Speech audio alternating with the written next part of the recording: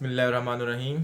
जी अस्सलाम वालेकुम व्यूअर्स, कैसे हैं आप? ठीक हैं? आज हमने अपने प्रोग्राम में जिस शख्सियत को दावत दी है वो एक उस्ताद भी हैं, एक अदीब भी हैं और एक उनका जो ताल्लुक़ शायरी से भी है। तो आज हमें वो अपने जो कुछ एक्सपीरियंसेस हैं एज़ टीचर वो हम हमारे साथ शेयर करेंगी।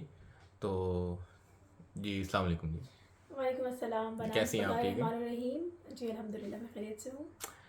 जी। आज हमने आपको ज़हमत दी है कि आप अपने जो प्रोफेशन है आपका टीचर, उसके बारे में कुछ जो एक्सपीरियंसेस हैं वो हमसे शेयर करें, क्योंकि आजकल जो है ये एज टीचर होना ख़ास तौर पे एक पाकिस्तानी माशरे में बड़ा एक मुश्किल टास्क है। तो प्लीज़ हमारे जो सामीन और नाज़रीन हैं उनके बारे में उनको आप थोड़ा सा गाइड करें और कुछ जो अपने जो एक्सपीरियंसेस हैं वो प्लीज़ आप शेयर कीजिए। तमाम देखने वालों को भी अस्सलाम वालेकुम। होपफुली आप सब खैरियत से हैं। जी ज़िशान, जैसा कि आपने कहा कि टीचिंग के हवाले से आज हम बात करने वाले हैं। So this is the very very very favourite and best topic for me to talk about this. Hopefully everyone will enjoy this conversation inshallah. So the thing is that I just love to be a teacher since I was just like a baby. My family members, everyone in my family always used to ask me that what you will become in your young age, and I always used to say मुझे teacher बनना है।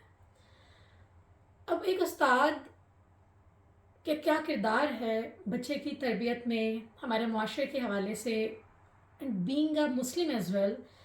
तो सबसे पहले तो मैं यहाँ पे रसूल पाक की एक हदीस को कोट करती चलूँ कि उन्होंने फरमाया कि इन्नमा बुइस्तु मुअल्लिमन, कि मुझे मुअल्लिम बनाकर भेजा गया है। अब जब ये बात आ जाती है ना, तो इस प्रोफेशन के हवाले से जो हमारे ऊपर जिम्मेदारियाँ बहुत बहुत ज़्यादा बढ़ जाती हैं एक टीचर पर, क्योंकि हमें उनकी आप सल्लल्लाहु अलैहि वसल्लम की शख्सियत को सामने रखते हुए उनकी टीचिंग मैथडोलॉजीज़ को देखते हुए एज अ मुस्लिम अपने बच्चों को टीच करना है, जी। जो कि ना सिर्फ एक अच्छा शागिर्द हो, एक अच्छा शहरी हो, बल्कि एक अच्छा इंसान, एक बेहतरीन मुसलमान बन सके अपनी तालीमात के हवाले से, अपनी प्रैक्टिस के हवाले से, और ना सिर्फ इस दुनिया में बल्कि the world hereafter he must be successful, he or she must be successful. तो आप एक, जैसे हमारे माशरे में होता है पाकिस्तान में, कि आप एक हादसाती टीचर हैं या कि आपका शौक़ आपको इस प्रोफेशन में लेके आ गया? As I've told you already that I was just like I was, you can say it was just like a very very very keen thinking for me to become a teacher. It was my passion since my childhood. मुझे अपने असातिज़ा को देख कर, उनकी personalities से मुझे ये चीज़ मेरे अंदर आई कि मुझे उस्ताद बनना है। नो डाउट हमारी सोसाइटी में ये चीज़ बहुत ही एक आम है कि हम अपने उस्ताद से इंस्पिरेशन लेते हैं और हम चाहते हैं कि हम भी उस्ताद बने। अगर वो अपने बच्चों को डांट रहे हैं तो कल को हमें भी बच्चों को डांटना है। लेकिन मैं यहाँ पे एक चीज़ ज़रूर कोट करूँगी कि जब मैं स्टूडेंट थी तो मैं शायद कुछ ऐसा है कि मैं थोड़ा ऑब्ज़र्व करती हूँ चीज़ों को बहुत कीनली। तो मैंने ये चीज़ नोट की कि जब मेरे असातिज़ा की तरफ से मुझे किसी भी चीज़ में कुछ नेगेटिविटी देखने को मिलती थी, तो मैं अपने आप से एक प्रॉमिस करती थी कि मुझे बीइंग अ टीचर ये सब चीज़ें नहीं करनी है और मुझे बहुत एक अच्छा उस्ताद बनना है। अल्हम्दुलिल्लाह मेरे तमाम असातिज़ा बहुत ही काबिल माशाल्लाह, बहुत ही बासलाहियत और बच्चों के अंदर पॉजिटिविटी को, अपनी तालीमात को बहुत ही आसान तरीके के साथ कन्वे करने वाले थे। लेकिन वहीं पर हर इंसान जो है वो परफेक्ट नहीं है। कुछ चीज़ें ऐसी थी जिनको देख के मुझे लगता था कि मुझे टीचर बनना है और मुझे ये चीज़ें नहीं करनी है अपने बच्चों के ऐसी साथ। कौन सी चीज़ें थी? फॉर एग्ज़ाम्पल जैसे अगर मेरे उस्ताद ने मुझे एक टेस्ट दिया है करने के लिए और मैंने पूरी रात जाग कर विद इन अ डे मैंने उसको प्रिपेयर किया है कि मुझे बहुत अच्छे मार्क्स लेने हैं। और even after conducting the test, जब मैं रिज़ल्ट के लिए वेट कर रही हूँ और एक हफ्ते के बाद मुझे पता चलता है कि उसका ऐसा रिज़ल्ट ही में नहीं मिलेगा या टीचर ने उसे चेक नहीं किया है, टीचर ने उसको उठा के डस्टबिन की टोकरी में फेंक दिया है, तो देखिए जो मैंने सारी रात जाग कर एक मेहनत की थी, मुझे तो फिर किसी ने कोई करेज नहीं किया ना उस मामले में। तो नेक्स्ट टाइम जब मेरा एक टेस्ट होगा तो बहुत सारे स्टूडेंट्स ऐसे होते हैं जो मेंटली फिर अपने आप को डिमोटिवेट कर लेते हैं कि ठीक है टीचर को तो फ़र्क नहीं पड़ना तो इट्स ओके, बस ठीक है हम अच्छी तैयारी करेंगे जैसे भी कर लें, इट्स अप टू अस। तो मुझे ये चीज़ थी कि मुझे एक टीचर बनना है, मुझे बच्चों को बहुत ज़्यादा पॉजिटिवली करेज करना है, मुझे उनको पॉलिश करना है, मुझे उनको not only even about their own subjects, but उनको ज़िंदगी के किसी भी मामले में अगर मेरी ज़रूरत होगी तो I must be there available for them all the time. चले, आपने जैसे बताया कि आप शुरू से ही आपका जो माइंड था वो इस प्रोफेशन की तरफ था, और आपका जो इंटेंशन थी वो आप जान चुकी थी कि मुझे टीचर बनना है। जी तो एग्जैक्टली। उसके लिए आपने जो स्टेप्स उठाए हैं, जो भी आपने इकदामात लिए हैं कि मुझे, अगर मेरा ये गोल है, मैंने टीचर बनना है, और उसके लिए मुझे ये स्टेप उठाने पड़ेंगे, तो वो ऐसे कौन से स्टेप थे जो कि हमारे जो नाजरीन हैं उनको अगर आप गाइड कर सकें? जी बिल्कुल, बेसिकली देखें ज़िशान, ऐसा है कि जब हमें टीचर बनना होता है बेसिकली, तो हमें पाकिस्तान में जब हम एजुकेशनल सिस्टम में जाते हैं तो हम आजकल तो खैर जो है ये नर्सरी या मॉन्टेसरी से आप स्टार्ट लेते हैं, प्ले ग्रुप है, नर्सरी है, केजी है, किंडरगार्टन, मारिया मॉन्टेसरी से रिलेटेड है ये चीज़। तो आजकल ये चीज़ें हैं, लेकिन when I started and I joined my school, my mother told me that she just prepared me at home for the early classes, and I got admission in one class directly at that time as well. And मैं ये ज़रूर कहूँगी कि जब भी आप teacher बनना चाह रहे हैं आपको अपनी क्वालिफ़िकेशन को प्रोफेशनल रखना पड़ेगा बेसिकली, अगर आप वाकई अपने पेशे के साथ इंसाफ करने वाले हैं। अच्छा, तालीमी जो आपकी काबिलियत है वो तो यकीनन आप डिग्रीज जो है वो तो आप लेंगे ही।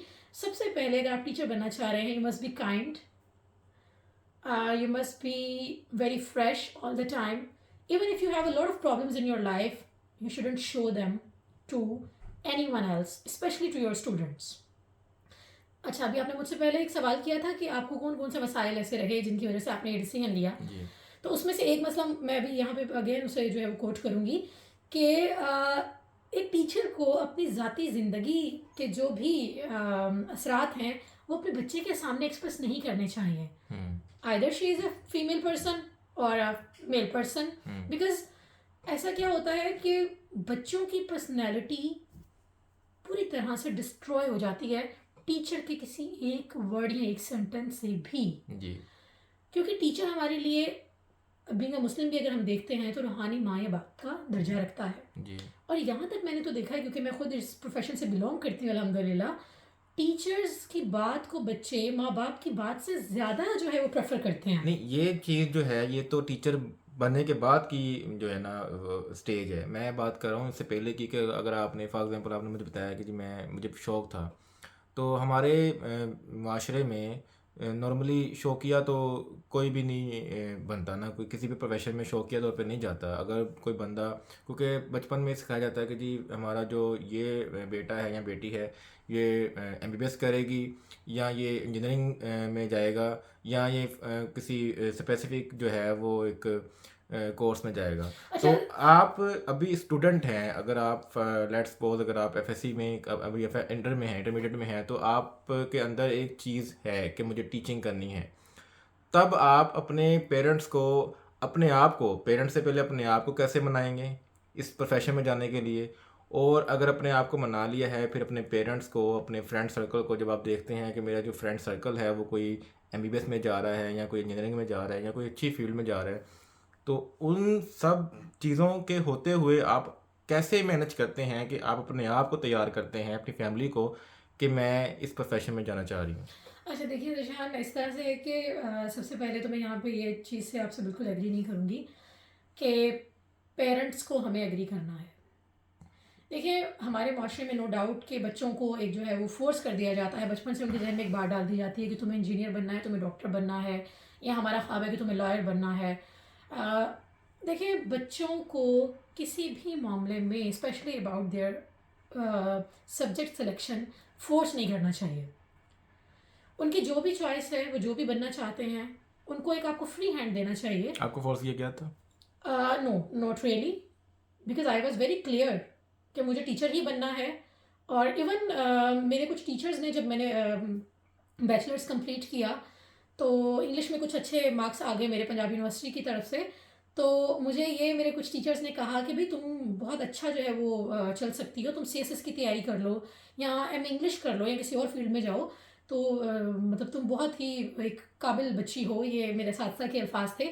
लेकिन चूंकि मुझे टीचर बनना था, प्री डिटरमाइंड था मेरे लिए ये, तो मुझे पता था कि टीचर बनने के लिए मुझे प्रोफेशनल क्वालिफिकेशन जो है वो लेनी होगी। तो मैंने एमए एजुकेशन का इंतखाब किया, तो मुझे एजुकेशन में ही जो है वो जाना है। और ये गाइडेंस आपने कहाँ से ली?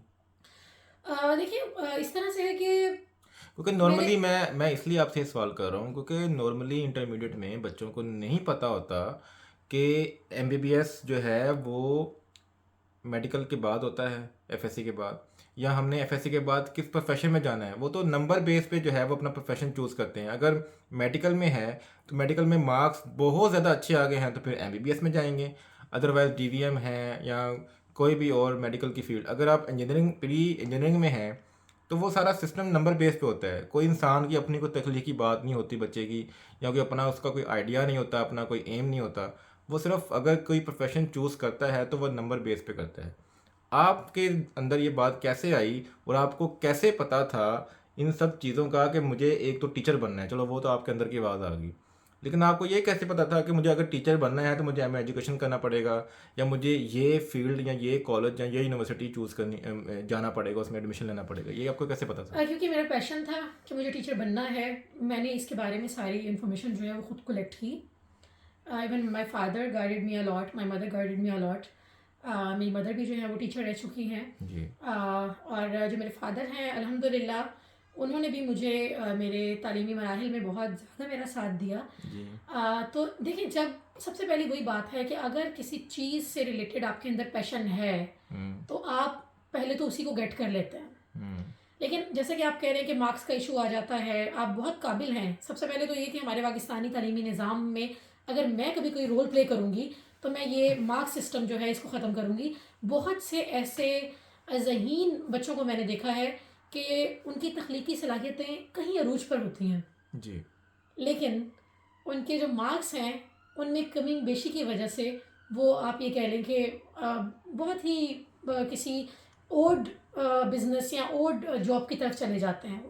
इसे आप मजबूरी भी कह सकते हैं, क्योंकि कुछ ना कुछ तो फिर अर्न करने के लिए, आपने अपने इन लाइफ सब को को कैसे टैकल चलाने के किया? लिए करना होता है। जी सॉरी, आपने इन सब चीज़ों को कैसे टैकल किया? As I told you already, मैंने तो फिर चूँकि आई वॉज पैशनेट कि मुझे टीचर बनना है, मैं टाइम टू टाइम मैं साथ साथ इन्फॉर्मेशन कलेक्ट करती रही। और जब मुझे पता चला कि टीचर बनने के लिए आपको बीएड करना है या एमएड करना है या जी। एम एजुकेशन की भी आपके पास ऑप्शन है, तो मैंने सोचा कि मैं क्यों ना फिर मास्टर्स जो है वो एजुकेशन में ही करूं। और इसमें फिर अल्हम्दुलिल्लाह बहुत सारे मुझे सब्जेक्ट्स पढ़ने का मौका मिला। इवन कि इसमें कैन यू बिलीव, इसमें केमिस्ट्री भी थी, इसमें स्टैटिक्स भी था, इसमें जो है मुझे साइकोलॉजी भी पढ़ने को मिली, जी। और बहुत सारे सब्जेक्ट्स थे। Did you enjoy? I enjoyed a lot. I enjoyed a lot because I was interested in that. और मुझे पता था कि मुझे ये करना है, और मुझे पता था कि मुझे टीचर बनने के लिए ये पढ़ना होगा, तो I just loved that. ठीक है, अभी आप टीचर बन गई हैं। अभी आप हमें बताइएगा हमारे नाज़रीन के लिए कि एज टीचर किन ऐसे की पॉइंट्स का ख्याल करना चाहिए कि जो बच्चों की जो ज़हनी नशोनुमा है वो बेहतर तरीके से कर सकें, और उन पे एक टीचर का जो असर है वो बेहतर अंदाज में उनके जो माइंड है उसमें आ सके। हाँ, अच्छा, यहाँ पे मैं अल्बर्ट आइंस्टाइन की कोटेशन कोट करूँगी। He said that I never try to teach my students anything, I just try to create an environment where they can learn. So the next thing is, teacher is not only a person who is belonging to an educational institution. Even you can learn from animals, even you can learn from birds, even you can learn from your whole environment, even you can learn from a person who is just standing behind the door as a guard as well. अच्छा, अब हमने क्या, हमारी society में क्या चीज़ चल रही है कि हमने सारी जिम्मेदारी जो है वो एक टीचर के कानों पर डाल दी कि इसने ही सब कुछ सिखाना है। अच्छा, अब ऐसा है, मैं ये कहूँगी कि एक जो मदर है वो भी टीचर है, बल्कि हमारे इस्लाम में भी अगर देखा जाए, माँ की गोद सबसे पहली दरसगाह है उसके बच्चे के लिए। जी। आपके इनफॉर्मल जो एजुकेशन है, गैर रस्मी तालीम, वो तो वहीं से स्टार्ट हो जाती है। रस्मी तालीम के लिए तो फिर आप बाद में किसी इदारे का इंतखाब करते हैं ना। आपके जो वालिद हैं, आपके जो फैमिली मेम्बर्स हैं, आपके बहन, आपके भाई, आपके फ्रेंड्स, आपके कोलीग्स, कोई भी ऐसा पर्सन जो आपकी ज़िंदगी से बिलोंग कर रहा है, कोई भी ऐसी चीज़ जो आपकी ज़िंदगी से बिलोंग कर रही है, वो आपके लिए आपका एक उस्ताद है। हम्म, तो ये चीज़ कहना कि की पॉइंट्स जो भी आपने मुझसे कहे कि आपको की पॉइंट्स पर मतलब मुझे बताने हैं एज अ टीचर, तो सबसे पहले तो हमें अपने माइंडसेट को चेंज करना है कि हमें सिर्फ एक उस्ताद उस पर्सन को नहीं समझना कि जो एक तालीमी इदारे में एक कुर्सी पर बैठा हुआ है इज़्ज़त के साथ। No doubt it's really very sacred profession, और तालीम वालों का खैर उन लोगों से क्या मुकाबला कि जो शऊर नहीं रखते। जैसे कि जी कुरान पाक की यहाँ पे मैं एक आयत भी कोट करती चलूँ कि कुल हल यस्तविल्लज़ीना यअलमून वल्लज़ीना ला यअलमून, कि ए नबी इनसे कह दीजिए कि क्या इल्म वाले और जाहिल बराबर हो सकते हैं? बेशक नहीं हो सकते। और फिर तालीम की फ़जीलत सबसे बढ़कर, इससे बढ़कर बल्कि क्या होगी कि कुरान पाक की इब्तदा के लिए जिस वर्ड का इंतखाब किया गया वो इकरा था। तो बीइंग अ तो मुस्लिम, ऐसे हमें ऐसे एज टीचर कैसे क्या पैरामीटर लेने चाहिए एज टीचर के, जो कि उनके प्रोफेशन में और बच्चों की जो एक तरबियत है उसमें वो एक मददगार साबित हों और वो अपना एक गहरा इम्पैक्ट जो है वो जी छोड़े। बिल्कुल, यहाँ पे मैं रसूल पाक की शख्सियत को जो है वो अपने सामने एक मिसाली शख्सियत के तौर पर लूँगी, क्योंकि अगर हम आपकी तालीमात को देखते हैं तो आपने हमेशा इख्तिसार से काम लिया। और आपको मैं ये भी चीज़ बताती चलूँ कि जब हम मास्टर्स करने जाते हैं एजुकेशन में तो हमें बाकायदा वहाँ पे एक सब्जेक्ट पढ़ाया जाता है जिसमें हमें रसूल पाक की शख्सियत को एज अ टीचर पढ़ना होता है। हम्म। और फिर उसमें कुछ ऐसे टॉपिक्स आते हैं कि जैसे उनका पढ़ाने का तरीका, जैसे मैंने भी आपको पहले बताया कि इख्तिसार से काम लिया जाए, जी। यानी कि अपने लेक्चर को इतना मुख्तसर रखें आप कि हम्म। बच्चे आपको तवज्जो से सुने, वो हम्म। बोरिंग फील ना करें। हम्म। फिर सबसे बड़ी चीज़, जो सवाल करता है वो सीखता है। जी। एज अ टीचर आपको चाहिए कि आप अपने बच्चों को ज़्यादा से ज़्यादा सवाल करने का मौका दें। हम्म। दूसरी चीज़, अगर बच्चा सवाल कर रहा है तो उसे बिल्कुल भी स्नब करके ना बिठाएं आप। Hmm. For example, if he or she is just asking again and again, you have to make them satisfy because you are a teacher. Hmm. सबसे पहले टीचर की क्या खसूसियत है जो कि हमारे रसूल पाक में भी थी, कि आपको काइंड होना चाहिए, हम्म। आपके अंदर हौसला होना चाहिए, सब्र होना चाहिए, हम्म। इस्तकामत होनी चाहिए। आपको अगर किसी के अंदर कोई खसूसियत डेवलप करनी है, हम्म। सबसे पहले आप अपने अंदर वो चीज़ें तलाश करें कि क्या आपके अंदर वो चीज़ है। फॉर एग्जाम्पल, अगर मैं ये चाहती हूँ कि मैं अपने बच्चों को नज़्म ज़ब्त सिखाना चाह रही हूँ, मैं उनको डिसिप्लिन बनाना चाह रही हूँ, तो मुझे सबसे पहले खुद उस चीज़ पे इम्प्लीमेंट करना होगा। For ji. एग्जांपल, अगर मेरे स्कूल में मेरा किसी एक क्लास में लेक्चर है और बेल जो है वो रिंग करती है मेरे लेक्चर स्टार्ट के लिए, और मैं at the start of the lecture अगर वहाँ पे खुद मौजूद नहीं हूँ क्लास के सामने, क्लास के अंदर, तो मैं अपने बच्चों से कैसे एक्सपेक्ट करूँगी कि वो अपने लेक्चर को अटेंड करने के लिए वहाँ पे जो है वो वक्त अच्छा, पर यहाँ मौजूद पे रहें। मेरे अभी माइंड में एक जो है वो एक सवाल आया है, ज़िमनी सवाल समझ लें आप, कि अक्सर हमने देखा है कि जो हमारे जो क्लास, अगर 60 बच्चों की क्लास है, मैं प्राइमरी स्कूल की बात कर रहा हूँ, जी जी। तो उसमें कोई 10 से 15 बच्चे ऐसे होंगे जो कि इंटेलिजेंट होते हैं, जो कि फर्स्ट बेंचर आप कह लें, टिपिकल जो है हम वर्ड यूज़ करते हैं जी उनके जी। लिए, तो वो आगे बैठे होते हैं, और जो बाकी हमारे जैसे जो एवरेज स्टूडेंट होते हैं वो पीछे बैठे होते हैं या लास्ट बेंचेस पे बैठे होते हैं। अब दोनों का जो एक मेंटल जो अंडरस्टैंडिंग लेवल है वो सेम नहीं है, लेकिन जो टीचर है उसको क्या करना चाहिए कि वो सबको एक साथ लेके चले, उनका क्या वे, क्योंकि नॉर्मली ऐसा होता है कि जो अगले लड़के बैठे होते हैं माशाल्लाह लायक बच्चे होते हैं, वो कहते हैं जी जी सर हमें समझ आ गई, आप आगे चलें।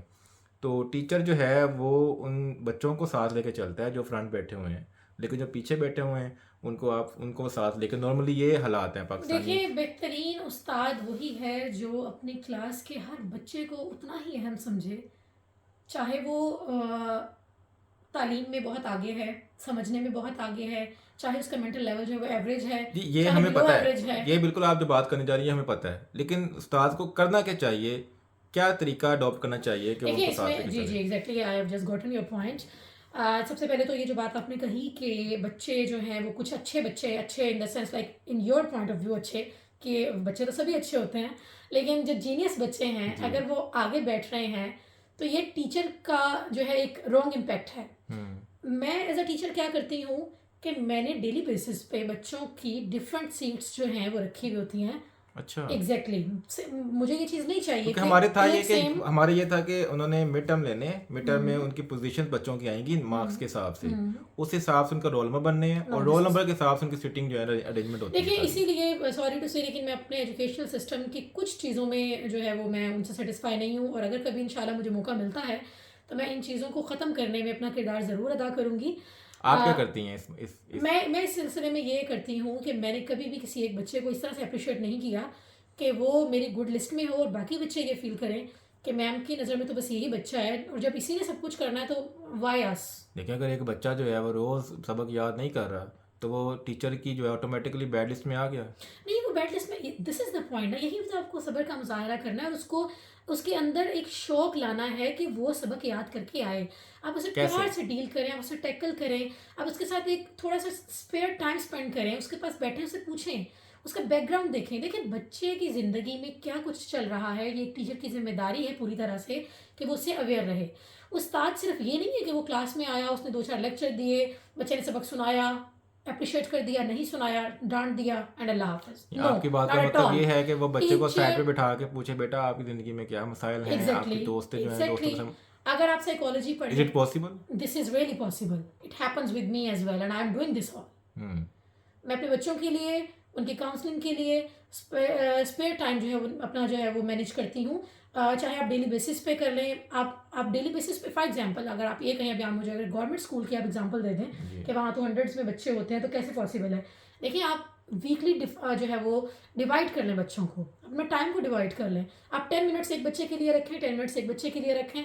आप अगर एक डे में आप देखिए, आई एम अ टीचर ना, I am a teacher, I am a Muslim, I am following रसूलुल्लाह सल्लल्लाहु अलैहि वसल्लम, तो मुझे कुछ स्पेशल तो करना है। जी। तो फिर मैं अपना लंच टाइम जो है मेरा स्कूल में, मैं उसको भी जो है वो सेक्रीफाइस कर सकती हूँ।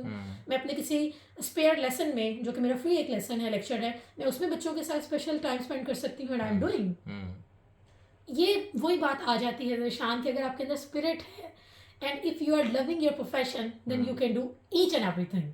और अल्हम्दुलिल्लाह मैंने अपने बहुत सारे ऐसे बच्चों को जिनका दिल नहीं लगता था स्कूल में, जिनका दिल नहीं लगता था स्टडी में, मैंने उनको मॉडिफाई किया लेकिन और इसके लिए पॉजिटिव। इसके लिए ट्यूशन सिस्टम है पाकिस्तान में। वो बच्चे जो है वो जो कवर नहीं करते अपना सिलेबस स्कूल्स में क्लास में, वो फिर ट्यूशन सेंटर में उसको ज्वाइन करते हैं, वहाँ पे जाकर उसको कवर मैं करते इस हैं। चीज़ को बिल्कुल भी अप्रिशिएट नहीं करती। हमें ट्यूशन की ज़रूरत क्यों होनी चाहिए? यहाँ पे सबसे बड़ी जिम्मेदारी पेरेंट्स की भी है। उनको डेली बेसिस पे चेक एंड बैलेंस रखना चाहिए अपने बच्चों पे कि वो क्या लर्न कर रहे हैं। आजकल हमारे पाकिस्तान में क्या एक सीन चल रहा है, स्पेशली प्राइवेट अगर हम सेक्टर की बात करें, कि बस बच्चे की डेली बेस पे डायरी आ जाती है, उस डायरी को जो है वो एक ट्यूटर की तरफ जो है वो कन्वे कर दिया जाता है। मदर्स व्हाट्सएप पे भी कर देती हैं। जी। अब तो चूँकि ऑनलाइन सिस्टम भी as you know very well, जी। Not only because of Covid, even when I was teaching in one very well known school of my country, I also observed to do this कि online diary भी जाती थी, return form में भी diary जाती थी बच्चे की डायरी पे।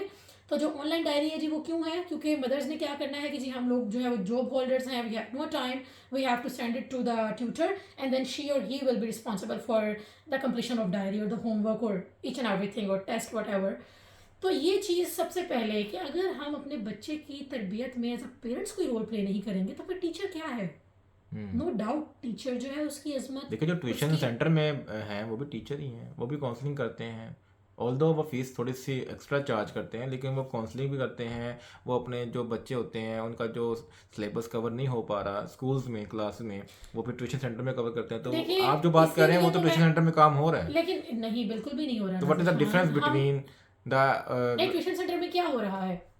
वो जो आप बात कर रही हैं कि बच्चों को, जो बच्चे मीट नहीं कर पा रहे इंटेलिजेंट जीनियस बच्चों को, उनकी आप जो है वो काउंसलिंग करें, उनको क्या एक्स्ट्रा आप टाइम दें, तो ये काम तो क्या हो रहा आप है। ट्यूशन सेंटर में बिल्कुल वैसा ही माहौल अपने बच्चों को दे सकते हैं जैसा वो किसी एक वेल नोन एजुकेशन इंस्टीट्यूशन में ले रहे ऑफ हैं? Course not. क्या आप अपने ट्यूशन सेंटर में ऐसा well equipped and well trained staff ला सकते हैं जो कि इतनी सिलेक्शन के मराहल से गुजरने के बाद सेलेक्ट हुआ हुआ होता है?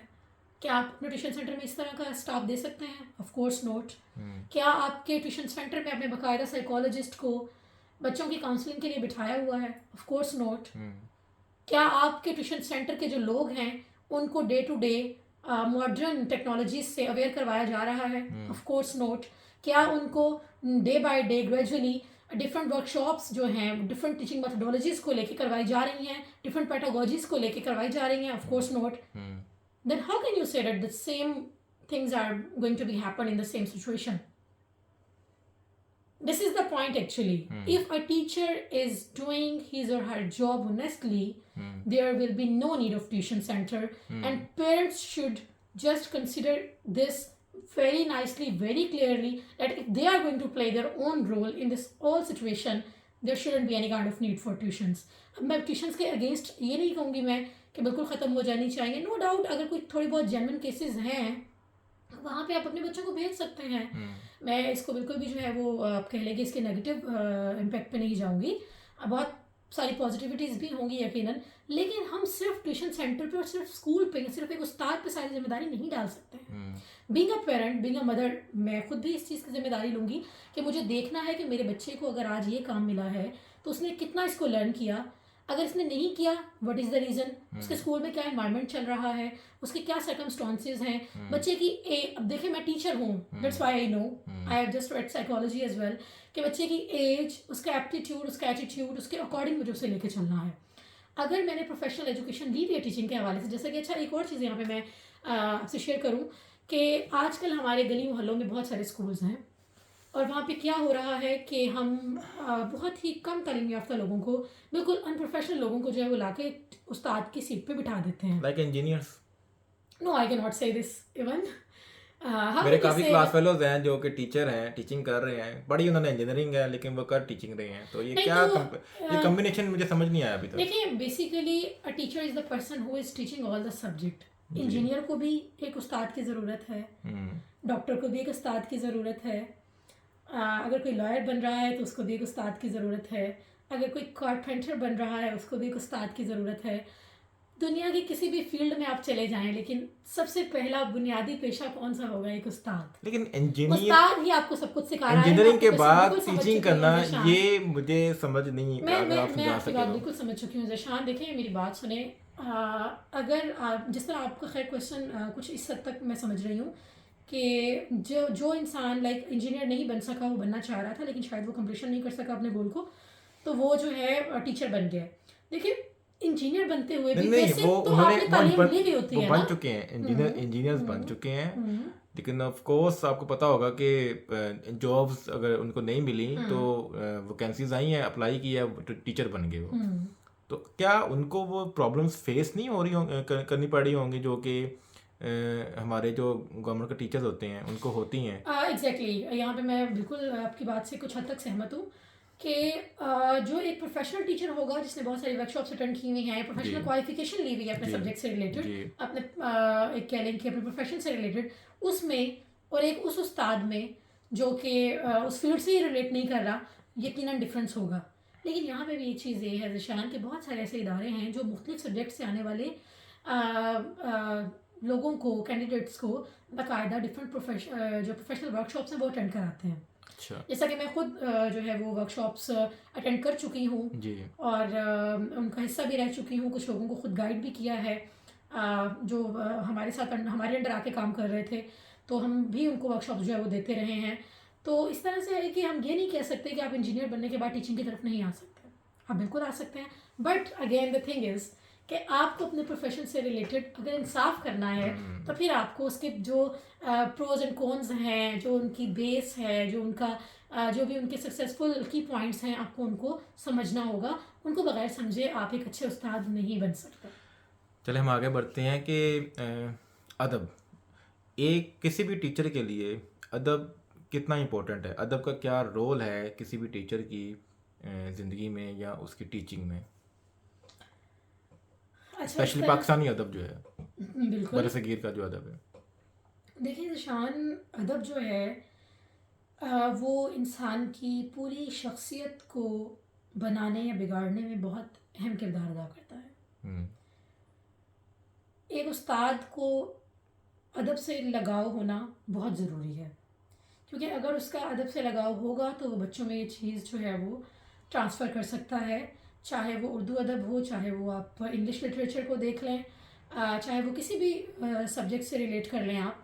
लेकिन ये है कि अदब जो है वो हमें अगर अपने बच्चों में लाना है किसी और प्रोफेशन के हवाले से भी, किसी और टॉपिक के हवाले से भी, किसी और एस्पेक्ट के हवाले से भी, तो हमें एक टीचर को उस अदब से रिलेट करना, बच्चों को लाइब्रेरी तक लाना, उन्हें डिफरेंट उनके सामने बुक्स रखना, उनको शायरी से मुताल्लिका शऊर देना, ये एक टीचर की जिम्मेदारी है। हम्म और अक्सर हम क्या करते हैं कि हम सिर्फ उर्दू के टीचर पर या इंग्लिश के टीचर पर ही जिम्मेदारी डाल देते हैं। ऐसा बिल्कुल नहीं है। देखिए, अगर मेरे ख्याल में जो मैंने चीज़ एक ऑब्जर्व की है, अगर मेरा बायो का टीचर थोड़ा अदबी होगा तो वो अपने लेक्चर को और भी ज़्यादा जो है वो पावरफुल, इंटरेस्टिंग बना सकता है अपने कैसे स्टूडेंट्स के लिए। कैसे जैसे कि वो अदब, like for example he is just teaching you a concept of photosynthesis. ठीक है। जी अगर आपका टीचर जो है वो आपको फोटोसिंथेसिस के हवाले से पढ़ा रहा है तो वो उसमें यकीनन हवा, पानी, पौधों की बात ही करेगा। हम्म लेकिन जब वही चीज़ वो कहीं एक छोटे से शेर की सूरत में इन चीज़ों को आपके जहन में बिठाने की कोशिश करेंगे तो आपके लिए लर्निंग प्रोसेस बहुत मज़े का हो जाएगा, क्योंकि हमारे टीचर हमारे साथ ये करते रहे हैं। जैसे मेरी भी किसी एक टीचर थी, सॉरी मैं आपकी बात काट रहा इट्स हूँ। ओके। तो वो उनके जो छोटे भाई थे, वो उनका कोई शायरी से कोई ताल्लुक़ था थोड़ा बहुत, वो कुछ करते भी थे, पढ़ते भी थे, उनका शौक़ भी था। तो वो जो टीचर, मतलब मेरी जो टीचर थी, वो उन्होंने जब भी लेक्चर देना, वो इंग्लिश टीचर थी, उन्होंने जब भी लेक्चर देना तो उन्होंने एज कोटेशन अपने जो भाई से कुछ जो शेर होने, वो पोइट्री जो है वो वहाँ पे लिखवानी अपने लेक्चर में। और बच्चों को जब उन्होंने लेक्चर कन्वे करना तो उसमें वो जो पोइट्री थी वो साथ में उन्होंने कोट करनी, कि बच्चों का जो इंटरेस्ट है, जो इंटरमीडिएट में बच्चे बड़े आशिक मजाज होते हैं, तो वो फिर पोइट्री को बड़ा इंटरेस्ट लेते हैं पोइट्री में। और उन्होंने सिर्फ बच्चों को इंगेज करने के लिए उस लेक्चर के साथ पोइट्री का इस्तेमाल किया, जो कि मतलब मुझे तो बहुत अच्छी एक तो जो देखिए, अब जैसे स्ट्रेटजी आप थी। खुद एग्जांपल दे रहे हैं कि जी इंग्लिश पढ़ाने वाला पर्सन भी अगर जी उर्दू का एक शेर सुना रहा है तो जी this is amazing, you know. जी और इसी तरह से है कि मैं यहाँ पे अपनी एक उस्ताद का भी हवाला दूंगी। हमारी टीचर थी Mrs Kausar Zafar. She is just fabulous about her subject and about the whole personality. Hmm ऐसा एक उस्ताद की शख्सियत ऐसी चार्मिंग होनी चाहिए हम्म कि बच्चा जो है वो उससे मुतासिर हो के उसका सबक याद करे। हम्म और मैं आपको बताती चलूँ ज़िशान कि मैंने बहुत सारे ऐसे अपने क्लास फेलोज़ को देखा था जो कि नालायक कंसिडर किए जाते थे बाय डिफरेंट टीचर्स, लेकिन जब वो उन टीचर की क्लास में बैठते थे तो उनको हर सबक याद होता था उनके सब्जेक्ट से रिलेटेड। तो इसकी क्या वजह है? एक उस्ताद अगर शायरी से शगफ रखता है या अदब से लगाव रखता है तो अपनी पर्सनैलिटी को इतना जिंदा दिल रखता है, इतना पुरजोश रखता है, इतना पॉजिटिव रखता है कि बच्चे उस पॉजिटिविटी को गेन कर रहे होते हैं किसी ना किसी तरह से, उसकी कन्वर्सेशन से, उसके वर्ड से, उसकी पर्सनैलिटी को ओवरऑल देखते हुए। तो जैसे कि जैसे कि मैं अब आपको यहाँ पे खुद भी एक एग्जांपल देती चलूँ। साइकोलॉजी के लिए कुछ क्लासेस ली मैंने। तो साइकोलॉजी बेसिकली क्या है कि सोच से रिलेट करते हैं हम इसको, सोचना समझना। तो मैंने वहाँ पे एक शेर कोट किया कि इस तलाश व जुस्तजू में खो गया हूँ मैं, अगर मैं नहीं तो क्यों, अगर हूँ तो क्या हूँ मैं। अब मेरे जो थे स्टूडेंट्स, उन्होंने इस चीज़ को बहुत ज़्यादा कह रहे पॉजिटिवली लिया। और मेरे कुछ ऐसे बच्चे जो शायद मुझे उतना अच्छा रिस्पॉन्स नहीं दे रहे थे जितना मैं चाह रही थी, उनको मैंने ये एक शेर सुनाया और मैंने कहा इसको आपने जो है इसके ऊपर कुछ अपनी तशरीह लिख के लेके आनी है कल और मैं उसको देखूंगी। अब बहुत सारे ऐसे बच्चे जो शायद बाकी टीचर जब स्टाफ रूम में आकर उनको डिस्कस करते थे तो यही मेरे सामने चीज़ आती थी कि ये बच्चे बिल्कुल नील हैं और ये पता नहीं कुछ कर भी पाएंगे या नहीं। वेरी नेक्स्ट डे जब उनकी मैंने एक्सप्लेनेशन देखी and I was just shocked कि उन बच्चों की तशरीह जो थी जिनके बारे में दूसरे टीचर्स का बहुत एक नेगेटिव व्यू था, उन्होंने बहुत अच्छे वर्ड्स के साथ अपने माइंड को एक्सप्लेन करने की कोशिश की, इन वर्ड्स को एक्सप्लेन करने की कोशिश की।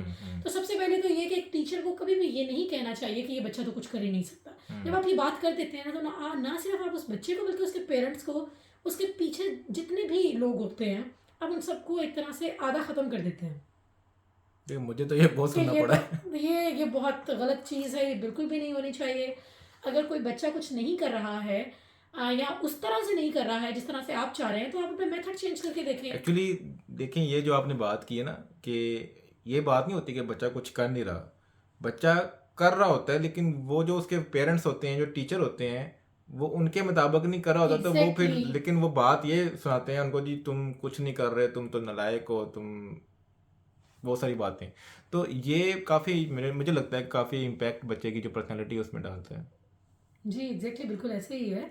तो इसीलिए है कि एक टीचर जो है वो गाइड भी है अपने बच्चों के लिए, एक रहनुमा है, एक मसीहा है, एक मेंटोर है। हम्म। हर तरह से एक उस्ताद को देखिए, नो डाउट कि कोई भी इंसान परफेक्ट नहीं है, लेकिन मैं फिर भी ये कहूँगी कि एक उस्ताद होने के नाते से आपको कहीं न कहीं किसी हद तक अपने अंदर परफेक्शन लानी होती है। देखिए, अब जो इतना कुछ आपने बताया है, मेरा नहीं ख्याल कि इतना जो तरद्दुद है वो एक उस्ताद करता होगा थोड़ी सी सैलरी के साथ। जब उसको पता है कि एक महीने में मुझे 40,000 या 45,000 मिलने हैं, तो वो क्यों इतना जो तरद्दुद है, वो इतना शौक डेवलप करेगा अपने अंदर कि वो बच्चों को कन्वे करे, वो बच्चों को क्यों इतना सीरियस लेगा? देखिए ज़िशान, यहाँ पे फिर हम इस्लाम की बात करते हैं कि अगर हम उस्ताद हैं, हम मुसलमान हैं, तो हमें अपने पेशे के साथ इंसाफ तो करना है। सैलरी की अगर बात है तो आपने जब एग्रीमेंट साइन किया या आपने किसी इदारे का इंतखाब किया, आपने एज अ टीचर खुद को वहाँ पे सेलेक्ट कराया, तो यकीनन आपके साथ सैलरी जो है देखो, वो वो मजबूरी में किया डिस्कस उसने। की होगी। There is no other option, that's why they are choose this particular profession. देखिए, अगर आपके पास कोई और ऑप्शन नहीं था और आपने फिर भी ये चूज़ किया, तो फिर अब जिस पर्सन में कोई विलिंगनेस ही नहीं है, पैशन ही नहीं है, that's why he just said कि पैशन होना बहुत ज़रूरी है किसी भी पेशे के इंतखाब के लिए। आपके अंदर पैशन होना चाहिए। अगर आपके अंदर पैशन नहीं है तो ज़ाहिर है आप उस पेशे के साथ जो है इंसाफ नहीं कर सकते। चले, मुझे लगता है कि हमारे जो व्यूअर्स होंगे उनके माइंड में जितने भी सवालात होंगे वो काफ़ी हद तक क्लियर हो चुके होंगे। तो अगर मज़ीद कोई सवाल है तो आप हमें कमेंट बॉक्स में जो है वो बताइए। तो इंशाल्लाह अगर कोई नेक्स्ट सेशन हुआ आपके साथ, मैडम के साथ, तो हम ज़रूर इनसे वो सवालों के जवाब लेंगे और आप तक पहुंचाएंगे। और तब तक के लिए आप अपना ख्याल रखिएगा। आपका बहुत शुक्रिया, आप हमारे प्रोग्राम में आई। और मुझे काफ़ी पॉइंट जो है वो माइंड में थे जो कि क्लियर हुए हैं आज। और होप्स हो कि हमारे जो नाज़रीन हैं उन तक भी जो है वो ये जवाबात मिले होंगे, पहुँचे होंगे और वो क्लियर हुए होंगे। तब तक के लिए हमें इजाज़त दीजिए। अल्लाह हाफिज़। जी, अल्लाह।